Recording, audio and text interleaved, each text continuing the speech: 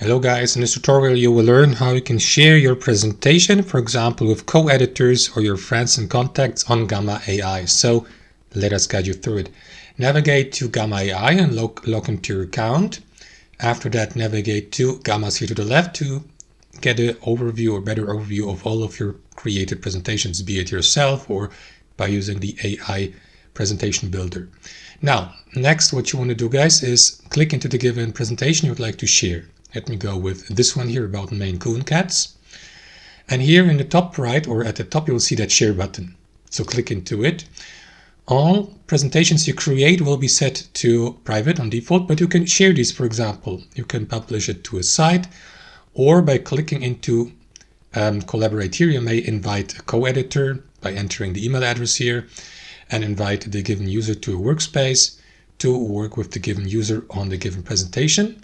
You can also use a shareable link by clicking into share here. And then guys, you will see this option, anyone with the link.